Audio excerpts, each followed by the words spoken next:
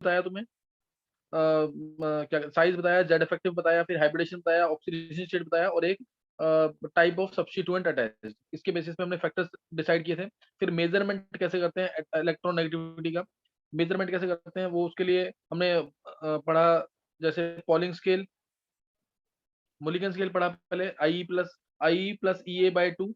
इसके बाद हमने मुलिगन स्केल के बाद पढ़ा हमने पॉलिंग। पॉलिंग ने उसमें बताया इलेक्ट्रोनेगेटिव का डिफरेंस जो होता है, X A minus X B equal to क्या होता है, root of delta E. Delta E को कहते हैं रेजोनेंस एनर्जी, सही ना, डेल्टा ई को क्या बोलेंगे, रेजोनेंस एनर्जी। और उसके बाद डेल्टा ई की वैल्यू थी हमारी bond energy of A B, जो कि एक्सपेरिमेंटल वैल्यू होती है, minus bond energy of bracket root के अंदर ए इंटू बी बी, ये था। फिर लास्ट में पढ़ा ऑलरेड रोशो स्केल, जो देता है कि इलेक्ट्रोनेगेटिविटी किसी भी एटम की होती है, जो क्या होती है 0.359 Z effective by R square plus 0.744। ये हमने पढ़ा था इसके अंदर इलेक्ट्रोनेगेटिविटी में। और उसके बाद हमने एप्लीकेशन स्टार्ट की थी। फिर एप्लीकेशन की थी हमने, एप्लीकेशंस के अंदर ध्यान देंगे, एप्लीकेशंस के अंदर हमने एक तो पढ़ लिया था पोलैरिटी, एप्लीकेशंस ऑफ इलेक्ट्रॉन, एक पढ़ लिया हमने पोलैरिटी, पोलैरिटी पढ़ लिया था। ये पोलैरिटी को डिसाइड डिसाइड करता है, अगर दो लाइक एटम्स हैं तो बॉन्ड नॉन पोलर होगा, मैक्सिमम केसेस में, मैक्सिमम केसेस में नॉन पोलर होगा, लेकिन दो डिफरेंट एटम्स हैं तो बॉन्ड हमेशा पोलर होगा। पोलैरिटी में हमने ये पढ़ लिया था। दूसरा पॉइंट हमने पढ़ लिया था स्ट्रेंथ ऑफ बॉन्ड या polarity of strength of bond, या फिर स्टेबिलिटी, स्ट्रेंथ और स्टेबिलिटी, याद है ना। सेकंड फैक्टर ये पढ़ लिया था। तीसरा फैक्टर हमने स्टडी कर लिया था to calculate bond length, how to calculate bond length. Bond length कैसे कैलकुलेट करते हैं, मान लिया ए बी कोई है, जैसे एच एफ ले लो तुम मॉलिक्यूल, एच एफ है कोई मॉलिक्यूल जिसको मैंने ए बी की फॉर्म में रिप्रेजेंट किया, तो वो उसका था R A plus R P plus R A plus R B minus 0.09 X A minus X B, याद है कि नहीं ये, minus X A minus X B, ये पढ़ा था।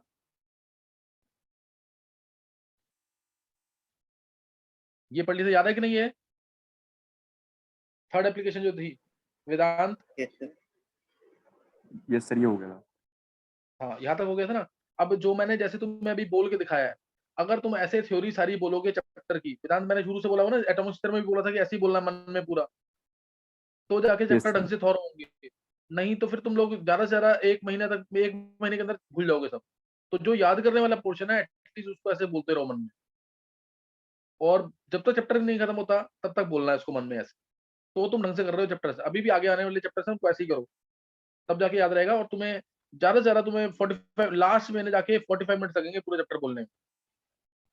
यही तरीका है कि तुम 4 महीने 5 महीने बाद कुछ तो रिकॉल कर सकते हो। और 2 पेज के शॉर्ट नोट्स बनाना, वो सब बताया हुआ है, 43 ईयर्स के क्वेश्चंस को स्टार मार्क करना, ताकि बाद में रिवीजन हो सके। 5-6 बार रिवीजन एक बुक की तभी हो सकती है, नहीं तो नहीं हो पाएगी, सही ना। तो ये बताया। अच्छा, इसमें अब मैंने जैसे, अगर मैं बोलता हूँ दो, मान लो से H2 मॉलिक्यूल होता, अगर H2 मॉलिक्यूल होता उस केस में DHH क्या होता, RH प्लस RH, यही लिखते ना।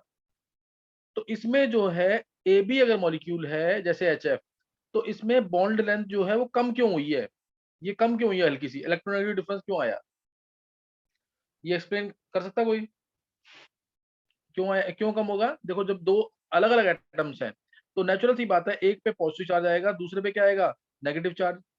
अब पॉजिटिव नेगेटिव तो आपस में एक दूसरे को अट्रैक्ट करेंगे ना, पॉजिटिव नेगेटिव आपस में एक दूसरे को क्या करेंगे, अट्रैक्ट। अट्रैक्ट करेंगे। और जब अट्रैक्ट करेंगे एक दूसरे को, तो थोड़ा बहुत तो बॉन्ड लेंथ कम होगी कि नहीं, यस सर। नहीं। तो इसीलिए बॉन्ड लेंथ क्या हो जाती है, कम हो जाती है, इसलिए बॉन्ड लेंथ क्या हो जाएगी, कम हो जाएगी। किसी को पूछना तो नहीं है इसमें कुछ, पॉजिटिव नेगेटिव एक दूसरे को अट्रैक्ट करेंगे, अट्रैक्शन की वजह से हल्का सा बॉन्ड लेंथ क्या हो जाएगी, कम हो जाएगी। तो ये थर्ड एप्लीकेशन थी इसकी, है ना, ये थर्ड एप्लीकेशन थी। अच्छा, 12th वाले बच्चे ये याद रखेंगे, अगर संडे को तुम लोग नहीं सुना पाते हो पीरियोडिक प्रॉपर्टीज और वो सरफेस केमिस्ट्री, तो इनऑर्गेनिक वाला, ये तुम्हें पता है कि बहुत इंपॉर्टेंट टॉपिक है, मैं इनऑर्गेनिक फिर अटेंड नहीं कराऊंगा, पूरी बोर्ड का काम करवाऊंगा, याद कर लेना फिर उसको सिर्फ। तो इसलिए ये काम करके रखना जरूर, 12th वाले स्पेशली, और 11th वाले को भी पीरियोडिक प्रॉपर्टीज बोला हुआ है। तो HF का मॉलिक्यूल जो है, इसके अंदर बॉन्ड लेंथ हल्की सी कम क्यों हुई है, क्योंकि जब पॉजिटिव नेगेटिव चार्ज आएगा, है ना, पॉजिटिव नेगेटिव चार्ज आएगा, और जितना ज्यादा इलेक्ट्रोनेगेटिव डिफरेंस होगा, जितना ज्यादा इलेक्ट्रोनेगेटिव डिफरेंस होगा उतना ज्यादा चार्ज जनरेट होगा, और फोर्स ऑफ अट्रैक्शन उतनी ज्यादा बढ़ जाएगी। तो उससे क्या होगा, जो बॉन्ड लेंथ है उतनी कम हो जाएगी, बॉन्ड लेंथ उतनी ज्यादा कम हो जाएगी। तो यहां तक मैंने पढ़ा दिया था तुम्हें, है ना, यहाँ तक मैंने पढ़ा दिया था। अब फोर्थ फैक्टर जो था हमारा, फोर्थ फैक्टर था कलर। ये जो ना, जैसे स्टेबिलिटी वाला फैक्टर है, ये बहुत सारे केसेस में ट्रू होगा, हर एक केस में ट्रू नहीं होगा। ऐसे ही कलर वाला फैक्टर है। कलर वाले फैक्टर में क्या बोला गया है कि अगर अगर जो बॉन्ड है या फिर कंपाउंड जो है वो 20% से कम आयनिक है, if compound is less than 20% ionic, less than 20% ionic, तो उस केस में वो क्या होगा, कलर्ड होगा। Then compound is coloured, then compound is coloured. और अगर वो ग्रेटर देन 20% आयनिक है ना, ग्रेटर देन 20% आयनिक है, तो उस केस में क्या बोलेंगे कंपाउंड को कि उसके कलरलेस होने के चांसेस बढ़ जाएंगे, कलरलेस होने के चांसेस बढ़ जाएंगे। एग्जांपल इसका जैसे लिया AgCl, AgBr, याद भी कर लेना कलर जो मैं एग्जांपल दे रहा हूँ, AgI, AgCl, AgBr, AgI। अब इसमें कौन सा कलर होगा, कौन सा कलरलेस होगा, बताओ।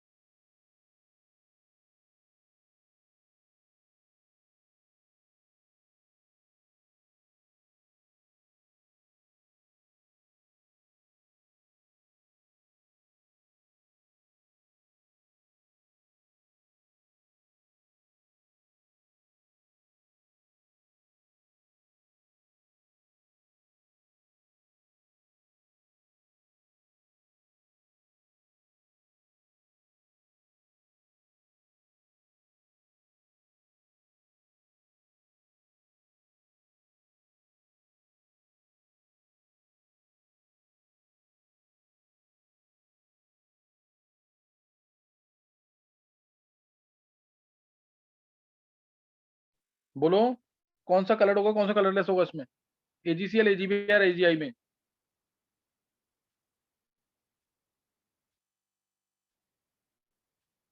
नहीं पता है, 12th वाले बच्चों में से बोलेगा कोई। सर चार्ट पे भेजा था मैंने आपको आंसर।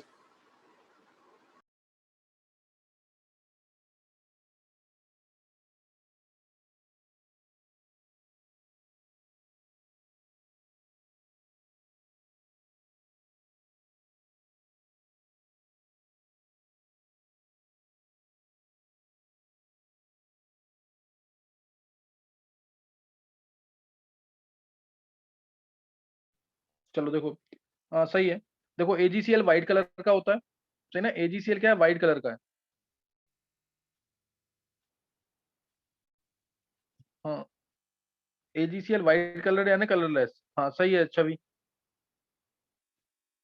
AgCl व्हाइट कलर का है, AgBr लाइट येलो है या पेल येलो कहते हैं, और ये येलो कलर का है। क्यों ऐसा, AgCl में इलेक्ट्रॉन, क्योंकि Cl की इलेक्ट्रॉनिटी तो फिक्स है, सॉरी Ag की इलेक्ट्रॉनिटी फिक्स है, कोई भी मान लो सी इलेक्ट्रॉनिटी से 1.2 है, तो Cl की 3, Br की 2.7 या 8, और 2.5 किसकी होती है, I की। तो डिफरेंस देखो ज्यादा कब है, डिफरेंस ज्यादा किसमें, पहले केस में डिफरेंस ज्यादा है। पहले केस में अगर डिफरेंस ज्यादा है तो कंपाउंड क्या हो गया, ग्रेटर देन 20% आयनिक हो गया, इसलिए क्या हो गया, कलरलेस। इसलिए क्या हो जाएगा, कलरलेस। आया समझ के नहीं है। Excuse me sir. हाँ बोलो।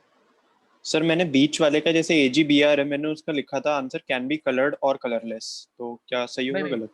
कलरलेस नहीं, लाइट येलो बोलते हैं, लाइट येलो, कलरलेस नहीं बोलेंगे उसको, लाइट येलो।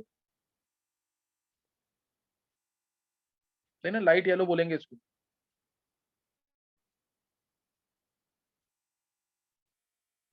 सर 20% से ऊपर होगा या कम, ये कैसे गेस करा हमने? ये तो ऐसा ना, अब देखिए 3 - 1.8 है, मैंने बोला ना इलेक्ट्रोनेगेटिव डिफरेंस अगर 1.9 से ग्रेटर है, 1.9 से अगर ग्रेटर है तो कंपाउंड को क्या मानते थे, आयनिक। याद आया कि नहीं, 50% आयनिक। Yes sir. हाँ, और अगर उससे कम होता था तो हम क्या मानते थे, कोवेलेंट। 1.9 से, ये अकॉर्डिंग टू गैलिस था। गैलिस बताया हो ना, हेने एंड स्मिथ इक्वेशन, और गैलिस बताया है कि नहीं। ये सर बताया। हाँ, तो उससे, और ये वेदांत, ये ना अप्रोक्सीमेशन है, ये हर जगह ट्रू नहीं बैठेगा, ये अप्रोक्सीमेशन है। तो मैंने यस एक सर। अभी एजीसीएल एजीबीआर एजीआई याद रखना, एजीसीएल एजीबीआर एजीआई, ये पॉइंट याद रखना इसमें, सही ना। तो नेक्स्ट अब है 4 हो गए ना। Fifth point most important, fifth point बहुत इंपॉर्टेंट है, बॉन्ड क्लीवेज इन पोलर मीडियम, सही ना, बॉन्ड क्लीवेज इन पोलर मीडियम।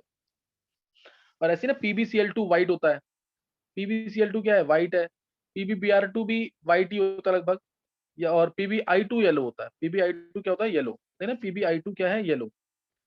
तो इसको मैं एप्लीकेशन ऑफ पोलराइजेशन में भी कराऊंगा, उसके थ्रू भी कलर आता है, तो उसमें ज्यादा प्रॉपर एक्सप्लेनेशन है इसका। तो नेक्स्ट नोट करना है इसमें, बॉन्ड क्लीवेज इन पोलर मीडियम, इसको मैं आगे भी बहुत जगह यूज करूंगा। बॉन्ड क्लीवेज इन पोलर मीडियम कभी भी बोलेंगे तो मीन्स क्या लेना है, वाटर, वाटर लेंगे, अल्कोहल भी ले सकते हैं जिसमें OH बॉन्ड हो, HCOOH भी ले सकते हैं, समझ गए नहीं। ज्यादातर हम क्या लेते हैं, वाटर, पोलर मीडियम। तो अब पोलर मीडियम जो है वो कैसे ब्रेक करेगा, पोलर मीडियम जो है पोलर बॉन्ड को आसानी से कैसे ब्रेक करेगा, पोलर मीडियम या polar bond breaks easily in polar medium, कैसे होगा ये चेक करेंगे। मान लो कोई भी कंपाउंड है XOH, XOH,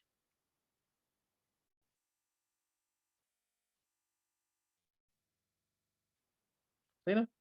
पोलर जो बॉन्ड है कैसे ब्रेक होगा पोलर मीडियम में, मैंने एग्जांपल लिया XOH कोई भी बॉन्ड है। अब इसमें क्या हो सकता है, एक केस, पहला केस, जो XO की इलेक्ट्रॉन नेगेटिविटी है, XO की जो इलेक्ट्रॉन नेगेटिविटी डिफरेंस है, डेल्टा, मैं प्रॉपर लिख देता हूँ उसको,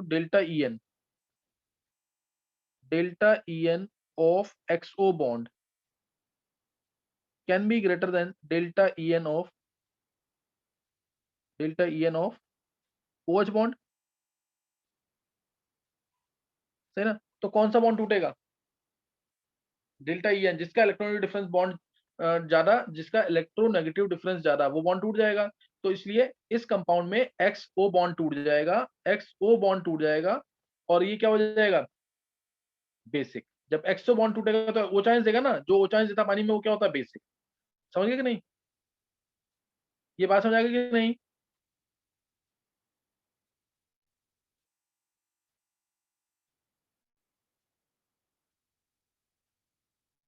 कनेश, यस सर। ये समझ आ गया, यस सर, आ गया ये बताया हुआ वीडियोस में कि नहीं। सर। और डेल्टा, हाँ बोल दे उज्जवल, XO बॉन्ड का अगर लेस है, सर डेल्टा EN ऑफ, अगर हाँ बोल। इलेक्ट्रोनेगेटिविटी डिफरेंस ज्यादा है तो सर एटम्स तो ज्यादा अट्रैक्ट होते हैं। मैंने तेरे को अभी पीछे बोला था ना कि स्टेबिलिटी वाले पॉइंट हर जगह अट्रैक्ट, और पीरियड भी देखना होता है, और इधर तो मीडियम भी आ गया है, मीडियम से भी फर्क पड़ेगा, समझ गए कि नहीं उज्जवल। Okay sir.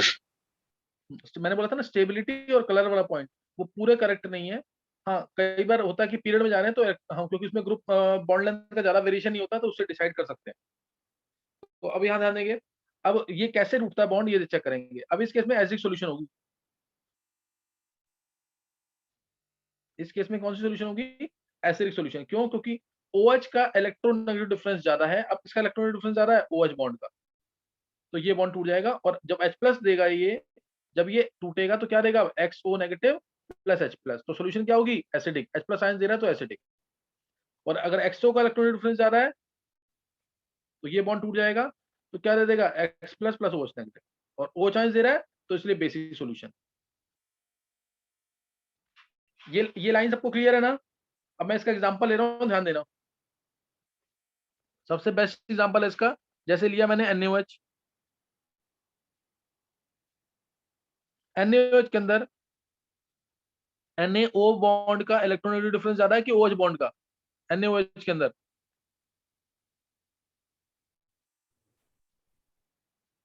बोलो। सर ओके सर NaO का। O की तो, हाँ, O की तो इलेक्ट्रोनेगेटिव फिक्स है 3.5, H की क्या होती है 2.1, Na की क्या है, Na की 0.8 मान लो कुछ, सही ना, 0.8 0.7 0.9 कुछ भी होता है, ऐसे लेते हैं, अप्रोक्सीमेटली यही होगा, सही ना, अप्रोक्सीमेटली यही होगा। तो क्या आ जाएगा यहाँ से, तो यहाँ से क्या आ जाएगा, इलेक्ट्रॉनिक डिफरेंस इधर कितना आया, डेल्टा इन की value delta En NaO bond का कितना आ जाएगा 2.7, और इधर कितना आ जाएगा 1.4। तो कहाँ डिफरेंस जा रहा है, Na प्लस और O नेगेटिव में, ये चीज आएगी देखो, Na पे प्लस चार्ज पार्शियली और O पे तो नेगेटिव आना ही आना है, और यहाँ पे क्या आएगा H पे पार्शियली पॉजिटिव। कौन सा पॉजिटिव ज्यादा है, Na का पॉजिटिव ज्यादा है कि H का पॉजिटिव ज्यादा है, कौन सा बॉन्ड ज्यादा पोलर है, किस पे पोलरिटी ज्यादा है, Na पे कि H पे? Sir Na। बोलो जल्दी, Na पे है ना, किसी को कोई डाउट तो नहीं है इसमें? तो अब H2O जब डालेंगे, जब हम H2O डालेंगे तो H2O में एक नेगेटिव हाफ होता है, एक पॉजिटिव हाफ, जैसे OH आयंस नेगेटिव है तो H प्लस होता है, H2O में क्या है, OH आयंस नेगेटिव है तो H प्लस है। तो H2O का जो O नेगेटिव है वो किसको जल्दी खींचेगा, Na को जल्दी खींचेगा अपनी तरफ कि H को, इसको या Na को, किसको जल्दी खींचेगा?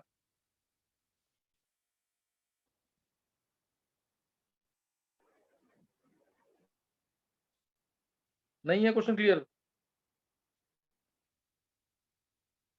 सर Na को खींचेगा। Na पॉजिटिव को जल्दी खींचेगा क्योंकि इसमें पॉजिटिव ज्यादा है, तो जब इसमें पॉजिटिव ज्यादा है इसको जल्दी खींचेगा, तो इसका मतलब अब ये O इसको खींच रहा है, इस वाले को तो नहीं खींच पाएगा H2O को, इसको कम खींचेगा।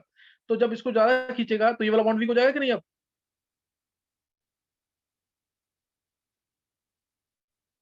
यस इसको अपनी सर। तरफ खींच रहा है ना ये, तो ये बॉन्ड वीक हो गया। इसलिए NaOH क्या देगा सॉल्यूशन के अंदर, पोलर मीडियम में क्या देगा, Na plus OH negative, therefore it is basic. समझ आया कि नहीं है? नहीं क्लियर हुआ? Yes sir. और ऐसे ही अगर मैं ClOH लेता हूं, अब बताना किसको खींचेगा ClOH में, ClOH अगर है तब उस केस में वाटर का जो O नेगेटिव है किस पॉजिटिव को खींचेगा, क्यों, क्योंकि O की इलेक्ट्रोनेगेटिविटी तो ज्यादा ही है, ये तो हमेशा नेगेटिव ही रहेगा, ये पॉजिटिव रहेगा और ये पॉजिटिव रहेगा। अब किस केस में पॉजिटिव ज्यादा होगा, Cl पे कि H पे, किस पे पॉजिटिव ज्यादा होगा? H plus O. हाँ, H पे पॉजिटिव ज्यादा होगा क्योंकि Cl की इलेक्ट्रोनेगेटिविटी 3, O की 3.5, डिफरेंस आया कितना, डिफरेंस कितना 0.5 का, इधर डिफरेंस कितना, इधर डिफरेंस कितना होगा, H पे 2.1 होता है 1.4 का, तो इधर अब H पे पॉजिटिव ज्यादा है, इधर अब H पे पॉजिटिव क्या है ज्यादा, जब H पे पॉजिटिव ज्यादा है तो क्या होगा, सर H ज्यादा अट्रैक्ट होगा। हाँ, इसलिए वाटर जो है इसको खींचेगा ज्यादा, तो इसलिए अब ये OH बॉन्ड टूटेगा, अब ये टूटेगा तो क्या देगा ClO negative plus H plus, इसलिए ये एसिड है, नाम क्या है इसका, हाइपोक्लोरस एसिड, हाइपोक्लोरस एसिड। कोई डाउट?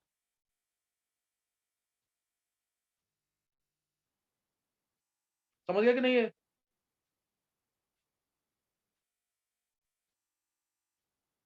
सर ये समझ नहीं आया।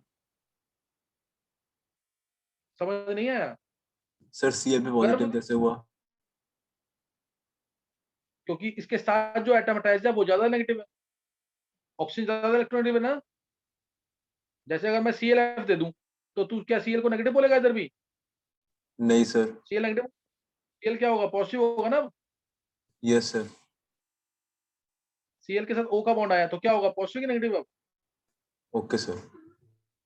ये ध्यान रखना चीज का, Cl पे पॉजिटिव भी होता है नेगेटिव भी होता है, दो ही एटम है, जानना दो ही एटम है जिनके साथ हर कोई बॉन्ड बनाना पसंद करेगा। कौन कौन से दो एटम है वो, F और O, क्योंकि इनके बॉन्ड बनने में, छोटे एटम्स हैं ये, इनके बॉन्ड बनने में बहुत ज्यादा एनर्जी रिलीज होती है, F और O, ये ध्यान रखना चीज का, इनके साथ बॉन्ड बनाने में एनर्जी रिलीज बहुत ज्यादा होती है, स्पेशली F के साथ, मतलब तुम सोच भी नहीं सकते, जैसे एच बॉन्ड है और एक एच बॉन्ड है, तो हर कोई देख के बोलेगा कौन सा बॉन्ड स्ट्रॉन्ग है, जो बॉन्ड छोटा होगा वो स्ट्रॉन्ग होगा, तो एच बॉन्ड ज्यादा स्ट्रॉन्ग होना चाहिए, लेकिन है कौन सा bond strong? H bond strong है।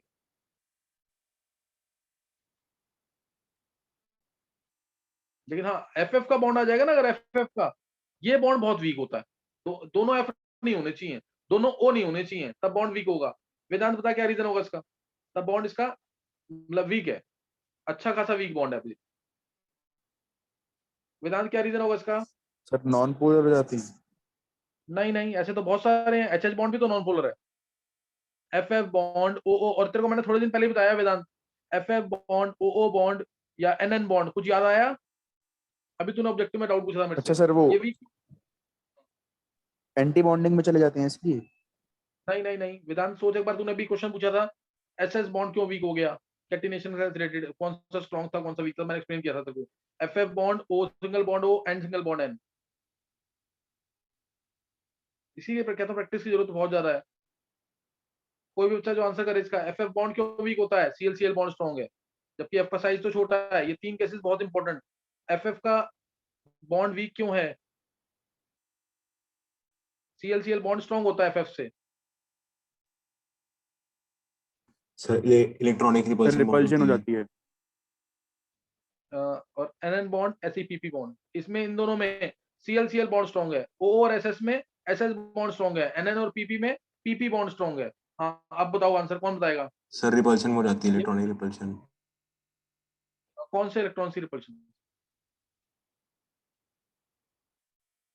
गर्व तूने सही सर दिया लोन आंसर। पेयर्स की दोनों की। हाँ अब याद आ गया, वेदांत अभी पूछा था 1-2 दिन पहले। यस सर, याद आ गया। हाँ तो ये याद रखना वेदांत, अभी ये मैं बहुत डिटेल में लूंगा टॉपिक, बॉन्ड लेंथ या बॉन्ड स्ट्रेंथ, अब उसमें और क्लियर होगा, लेकिन मैंने तुमको बताया था ये। और ये बहुत इंपॉर्टेंट केस है, मैं क्वेश्चन भी बता दूंगा जरी। जैसे एफ का सिंगल बॉन्ड है, लोन पेयर, इसके पास 3 लोन पेयर है इसके पास। 2p के पास कभी भी लोन पेयर आ गया, दोनों एटम 2p में है, तो रिपल्शन ये, क्योंकि बहुत छोटे एटम्स हैं एफ और एन, तो इनमें रिपल्शन बहुत ज्यादा होती है। रिपल्शन ज्यादा होंगी तो बॉन्ड क्या हो जाएगा, वीक हो जाएगा। बॉन्ड ये वाला क्या हो जाएगा, वीक हो जाएगा। ऐसे ही ओ सिंगल बॉन्ड ओ में, मैं सिंगल बॉन्ड की बात कर रहा हूँ, डबल बॉन्ड की बात नहीं कर रहा। ओ डबल बॉन्ड ओ बहुत स्ट्रॉन्ग है, एन ट्रिपल बॉन्ड एन बहुत ज्यादा स्ट्रॉन्ग है, मैं सिंगल बॉन्ड की बात कर रहा हूँ। N single bond N weak होता है, पी सिंगल बॉन्ड पी फिर भी स्ट्रॉन्ग होता है, O single bond O weak होता है, S single bond S strong होता है। क्यों? क्योंकि ओ सिंगल बॉन्ड ओ बनेगा तो भी क्या होगा, लोन पेयर रिपल्शन, क्योंकि साइज छोटा तो लोन पेयर रिपल्शन ज्यादा, 2p में अगर दोनों है तो। और यही 3 है, समझ गए कि नहीं? ये याद रखते हो, याद कर लेना, याद रखते हो, याद कर लेना। स्पेशली हेलोजेंस का ऑर्डर तो ना रटा होना चाहिए, पता नहीं कितनी बार आ चुका है पेपर के अंदर, आईआईटी एडवांस तक में आ चुका है, बोर्ड में आ चुका है, हर जगह क्वेश्चन आया हुआ है। F2Cl2 बॉन्ड, F2Cl2Br2 I2 की बॉन्ड स्ट्रेंथ, पता नहीं कितनी बार आ चुका क्वेश्चन इसका, किसी को भी याद है तो बोलो। F2Cl2Br2 I2 की बॉन्ड स्ट्रेंथ, अभी तो रट देना बिल्कुल, उसको भूलना नहीं बिल्कुल बीच में। सर सबसे ज्यादा I2, फिर Br2, फिर Cl2, फिर F2। नहीं नहीं नहीं, इसका आंसर याद कर लेना, Cl2 फिर Br2 फिर F2 फिर I2। रीजन बन जाएगा इसका कि नहीं? मैं पढ़ाते में बोलता हूँ, 50 बार बोलता हूँ उसको, CBI बीच में F, CBI बीच में F, कैसे भी याद कर लो, लेकिन ये भूलना नहीं। और मेरे को पता आगे जाके भी सब गलत बोलोगे इसको, बहुत इंपॉर्टेंट है ये। रीजन बन जाएगा कि नहीं? वेदांत रीजन बोलो इसका, वेदांत कनिष्क कोई भी रीजन बोलो सर इसका। क्लोरीन, हाँ सर कंपैरेटिवली सभी का, सभी में क्लोरीन सबसे छोटा एटम होगा, तो जो बॉन्ड बनेगा वो भी कंपैरेटिवली स्मॉल होगा, तो स्ट्रेंथ ज्यादा हो जाएगी इसी तरह। लेकिन किससे क्लोरीन के केस में inter electronic repulsion of lone pair की वजह से वो वीक हो जाता है। वीक हो जाएगा? तो इसलिए Cl2 और Br2 से वीक हो गया। I2 से क्यों स्ट्रॉन्ग हुआ फिर भी, उसका रीजन क्या देगा, I2 से क्यों स्ट्रॉन्ग है? तो शायद I2 का साइज बहुत बड़ा हो जाता है इसलिए। शायद नहीं, यही तो रीजन होगा ना इसका। आई का साइज बहुत बढ़ गया तो बॉन्ड लेंथ बहुत ज्यादा, बॉन्ड लेंथ बहुत ज्यादा तो बॉन्ड स्ट्रेंथ कम। फिर सर I2 सॉलिड क्यों समझ होता है? गए? I2 सॉलिड तो वेंडर फोर्सेस की वजह से, अभी बताया था पीछे मैंने। F2Cl2 गैसेस हैं, Br2 वो वेंडर फोर्सेस हैं। अगर वो एक F2 मॉलिक्यूल का दूसरे F2 मॉलिक्यूल से फोर्स होता है, वो चेक करते हैं ये, समझा कि नहीं? ये F2 और F2 में फोर्सेस बहुत वीक, Cl2 आए तो Cl2 आया, दूसरा Cl2 आया, थोड़े फोर्सेस स्ट्रॉन्ग हो गए, Br2 आया, दूसरा Br2 आया तो फोर्सेस और स्ट्रॉन्ग हो गए। I2 और I2 आए तो बहुत पास आ जाएंगे फोर्सेस सबसे ज्यादा स्ट्रॉन्ग, क्यों? क्योंकि साइज ज्यादा, सरफेस एरिया ज्यादा, तो वेंडल फोर्सेस ज्यादा, इसलिए स्टेट ऐसी आती है। ध्यान आया कि नहीं? अगर ओके सर। अच्छा अभी ये वाला भूलना मत केस, यहाँ पे जो केस कराया ना एसएस की बॉन्ड स्ट्रेंथ ज्यादा, एनएन से पीपी की बॉन्ड स्ट्रेंथ ज्यादा, ये तीन तो इंपॉर्टेंट है ही, ये उससे ज्यादा इंपॉर्टेंट। चलो ये बता दिया, ये आगे वाला क्वेश्चन था, वैसे मैंने पहले बता दिया उसमें। चलो कुछ नहीं था। अभी NaOH और ClOH वाला केस क्लियर हुआ कि नहीं? NaOH क्यों बेसिक है पानी के अंदर, और ClOH या HOCl कह लो, हाइपोक्लोरस एसिड, ये क्यों एसिडिक है? ये क्लियर हो गया कि नहीं? NaOH basic, HOCl acidic.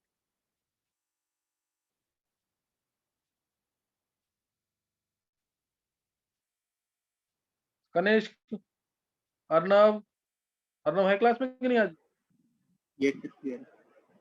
Yes sir मैं हूँ। अर्णव समझ आ गया सारा? यस सर आ गया। अच्छा ये समझ आ गया, NaOH बेसिक है, HOCl एसिडिक है, ये क्लियर है ना? Yes sir. NaOH में Na और O में इलेक्ट्रोनेगेटिव डिफरेंस ज्यादा, तो बेसिक। पानी Na, पानी का जो O है, पानी का जो O है वो Na को खींचेगा तो NaO बॉन्ड वीक हो जाएगा। ऐसे ही HOCl के अंदर Cl पे पॉजिटिव कम, H पे पॉजिटिव ज्यादा, तो H पॉजिटिव को पानी का O खींच लेगा तो OH बॉन्ड वीक हो जाएगा। OH बॉन्ड वीक होगा तो ये H प्लस देगा, तो ये एसिडिक। तो ये याद रखना है। अब लाइन ध्यान सुनना, यहाँ पे था ClOH, इधर है NaOH। अगर मेटल आएगा तो उसका ऑक्साइड या हाइड्रोक्साइड बेसिक, नॉन मेटल आएगा तो उसका ऑक्साइड या हाइड्रोक्साइड एसिडिक, बस न्यूट्रल नहीं होना चाहिए। न्यूट्रल तीन ही होते हैं, पता है ना? न्यूट्रल तीन है, कार्बन नॉन मेटल है, CO नाइट्रोजन नॉन मेटल है, NO, ये तीन ही हैं only neutral molecules. CO N2O NO, CO N2O NO, these are the three neutral molecules. H2O को न्यूट्रल मत बोलना, दे देते हैं H2O इज न्यूट्रल लिक्विड, लेकिन H2O न्यूट्रल नहीं है, एम्फोटेरिक है, सही ना? H2O न्यूट्रल नहीं है, क्या है? एम्फोटेरिक। समझ गए कि नहीं है? क्योंकि H प्लस आयंस और ये एसिड और बेस दोनों से रिएक्ट करता है। एसिड होगा तो H प्लस रिलीज करा देगा, बेस है तो O चांस रिलीज करा देगा। एम्फोटेरिक होता है जो एसिड और बेस दोनों से रिएक्ट करे। जो H plus ions O chance एक साथ रिलीज करे वो नहीं, जो H प्लस आयंस जो एसिड और बेस दोनों से रिएक्ट करे वो होता है एम्फोटेरिक। ये याद रखना, एम्फोटेरिक। और न्यूट्रल मतलब जो ना एसिड से रिएक्ट करे ना बेस से रिएक्ट करे। तो मैंने लिखा था CO N2O और NO, ये तीन न्यूट्रल हैं, जबकि नॉन मेटल्स हैं। मैंने बोला नॉन मेटल्स के ऑक्साइड्स एसिडिक, नॉन मेटल्स के ऑक्साइड्स या हाइड्रोक्साइड्स एसिडिक। ऑक्साइड या हाइड्रोक्साइड्स मैं इंटरचेंजेबली यूज करूंगा, जैसे ये NaOH है ना, ये NaOH जो दे रखा है ऊपर, NaOH कैसे बना होगा? इसके ऑक्साइड के अंदर पानी डाल दो, NaOH बन गया। समझ गए कि नहीं? है 2NaOH। तो इसलिए मैं दोनों को एक ही मानते हुए यूज करूंगा। ऐसे ही ये Cl2O है, ये क्या है? Cl2O, इसमें H2 डाला तो क्या बन गया? HOCl, 2HOCl कह लो। समझ गए कि नहीं है? तो इसलिए जो ऑक्साइड होता है, ऑक्साइड होगा ना, अगर अगर उसके अंदर तो पानी डालोगे, अगर उसके अंदर पानी डालोगे तो मिलता है हाइड्रोक्साइड। क्या मिलता है? हाइड्रोक्साइड या फिर ऑक्सी एसिड, या फिर क्या मिलेगा? Oxy acid. जैसे मैं CO2 में डाल दूं पानी, कार्बन डाइऑक्साइड है ना, ऑक्साइड है, ऑक्साइड में पानी डाला तो मिल गया ऑक्सी एसिड, जिसमें एक मेटल के साथ डबल बॉन्ड O जरूर हो, एक कम से कम डबल बॉन्ड O जरूर होगा। जैसे कार्बोनिक एसिड बनाइए, कार्बोनिक एसिड में एक डबल बॉन्ड O जरूर हो। समझ गए कि नहीं है? नहीं समझ आ रहा? ऑक्साइड में अगर हम डालेंगे पानी तो क्या मिलेगा? या तो हाइड्रोक्साइड मिलेगा, या तो हाइड्रोक्साइड मिलेगा या ऑक्सी एसिड मिलेगा, या तो हाइड्रोक्साइड मिलेगा या क्या मिलेगा? Oxy acid. ये ऑक्सी एसिड है। ऑक्सी एसिड बनाना, जैसे H2SO4 का स्ट्रक्चर बनाना बहुत आसान है, ध्यान रखना चीज का। अभी मैं सिंपल सा तरीका बता रहा हूँ, जितने H हैं उतने सेंट्रल एटम के साथ OH लगा देना। जितने H हैं सेंट्रल एटम के साथ उतने OH लगा देना। सल्फर के साथ कितने OH आ जाएंगे? एक OH, दो OH, दो OH आ गए। दो H थे ना, तो दो OH, और जो बचे हुए O हैं वो डबल बॉन्ड O, ये ऑक्सी एसिड बन गया। नहीं समझ आया? समझ आ गया कि नहीं है सल्फ्यूरिक एसिड का स्ट्रक्चर? एक्सेप्शंस तो हैं इसके अंदर, लेकिन ये भी डायरेक्ट तरीके से कर लेना। समझ आ गया कि नहीं है वेदांत? ये सर आ गया। अब अगर H3PO4 बनाना है तो क्या बनेगा? H3PO4,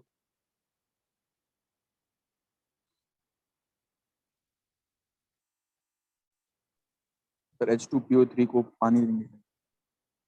नहीं वो नहीं कह रहा मैं, वो नहीं कह रहा मैं। H3PO4 का स्ट्रक्चर बनाना है, अगर कैसे बनेगा स्ट्रक्चर? सर 3 OH और एक डबल बॉन्ड हो। हाँ किसने बोला ये? सर गर्भ। हाँ अगर बहुत अच्छा कर, P के साथ क्योंकि 3 H दिख रहे हैं तो 3 OH लगा देना, और एक डबल। मैंने इसमें भी कराया हुआ मोल कंसेप्ट में, ध्यान आ गया कि नहीं? है जो बच जाएगा वो डबल बॉन्ड O की फॉर्म। अभी तुम्हें ये लाइन भूलनी नहीं है बिल्कुल भी कि नॉन मेटल्स के ऑक्साइड्स एसिडिक होते हैं, मेटल्स के ऑक्साइड बेसिक होते हैं। बस नॉन मेटल कौन सा नहीं होना चाहिए? CO नहीं होना चाहिए, carbon monoxide neutral, N2O neutral, NO neutral, ये तीन नहीं होने चाहिए। नॉन मेटल्स के ऑक्साइड्स एसिडिक, मेटल्स के ऑक्साइड्स बेसिक। और मेटल्स में भी बेसिक वाले में थोड़ा सा चेंज है। मेटल जो है अपनी +5 +6 +7 की स्टेट में नहीं होना चाहिए। मेटल अपनी +5 +6 +7 की स्टेट में नहीं होना चाहिए। दूसरा, मेटल +4 स्टेट में भी नहीं होना चाहिए। अगर +4 में हो गया तो एम्फोटेरिक। इसके अलावा भी और एग्जांपल्स हैं, इसके अलावा भी हैं। मेटल्स के सारे ऑक्साइड बेसिक नहीं होंगे, 90% बेसिक होंगे, नहीं तो वो एम्फोटेरिक भी हो सकते हैं, नहीं तो क्या होते हैं? एम्फोटेरिक भी होते हैं और एसिडिक भी होते हैं। मेटल अगर +5 +6 +7 की स्टेट में आ गया तो होगा एसिडिक, +4 की स्टेट में एम्फोटेरिक, +1 +2 +3 में आएगा तो बेसिक होने के चांसेस ज्यादा हैं। +3 में भी बेसिक होते हैं और एम्फोटेरिक होते हैं, तो बताऊंगा मैं आगे। अभी तुम्हें इन जनरल ये याद रखना है, नॉन मेटल के ऑक्साइड एसिडिक, मेटल के ऑक्साइड बेसिक। कंसेप्ट मैंने समझा दिया इसका क्यों। अर्नब सर बट CO2 तो मतलब अगर हम ल्यूइस डेफिनेशन के हिसाब से देखो तो वो एसिडिक नहीं होता? CO2 एसिडिक है तो नॉन मेटल है ना, नॉन हाँ मेटल का तो ऑक्साइड सर, एसिडिक। अच्छा नॉन मेटल, ओके सर, मैं उससे कंफ्यूज कर गया था ऑक्सीडेशन नंबर से। समझ आ गया कि नहीं है? हाँ जी सर। इन जनरल याद रखना लाइन, दोबारा बोल रहा हूं मैं, नॉन मेटल के ऑक्साइड एसिडिक। और कभी भूल जाओ तो HOCl का एग्जांपल लेना दिमाग में। HOCl में Cl नॉन मेटल है, NaOH का ऑक्साइड हाइड्रोक्साइड या ऑक्साइड बेसिक। एग्जांपल दिमाग में रखना, LiOH, NaOH, KOH, RPOH, CSOH all are basic. ऐसे ही BeOH उल्टा MgOH उल्टा CaOH उल्टा SROH उल्टा BaOH उल्टा all are basic except BeOH उल्टा व्हिच इज एम्फोटेरिक। BeOH उल्टा इज एम्फोटेरिक, यानी जो एसिड और बेस दोनों से रिएक्ट करेगा। कोई डाउट यहां तक किसी को?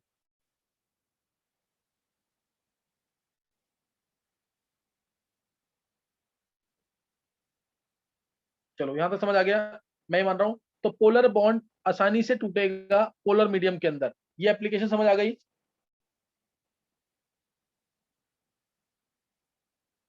बोलो। Yes sir. चलो अब ये तुम्हें क्लियर हो गया। अब नेक्स्ट जो है एप्लीकेशन ऑफ इलेक्ट्रोनेगेटिविटी खत्म कर दिया, ये हमारा थ्योरी वाला टॉपिक खत्म हो गया है। थ्योरी वाला टॉपिक जो है खत्म हो चुका है। अब इसके अलावा हम करेंगे यहाँ पे, अच्छा अच्छा हाँ, एक ये तुमने सबने कर लिया होगा, बताने की जरूरत तो नहीं है। इलेक्ट्रोनेगेटिविटी और इलेक्ट्रोनेफिनिटी में डिफरेंस क्या होता है?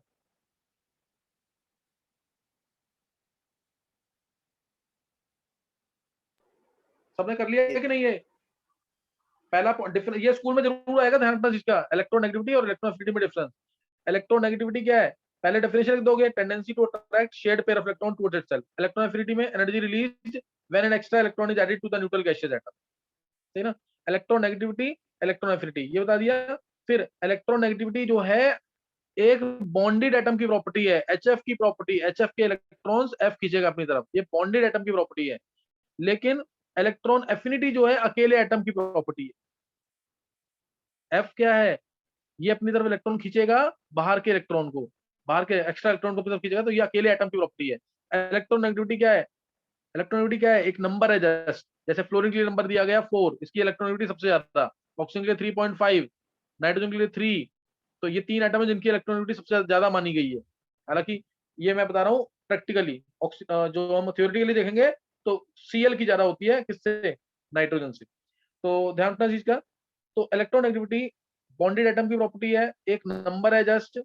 और जो इलेक्ट्रोनेगेटिविटी है वो आइसोलेटेड एटम की प्रॉपर्टी है, और ये एनर्जी रिलीज होती है। ये क्या होती है? एनर्जी रिलीज होती है। समझ गए कि नहीं? तो ये डिफरेंसेस मैंने बता रखे हैं, तुम सबने किए होंगे, ये तुम सबने कर रखा होगा, तो इसको स्किप कर रहे हैं टॉपिक को, इलेक्ट्रोनेगेटिविटी और इलेक्ट्रोनेफिनिटी। सही ना?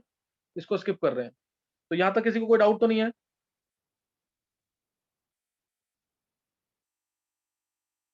चलो ये यहां तक किसी को डाउट नहीं है ना?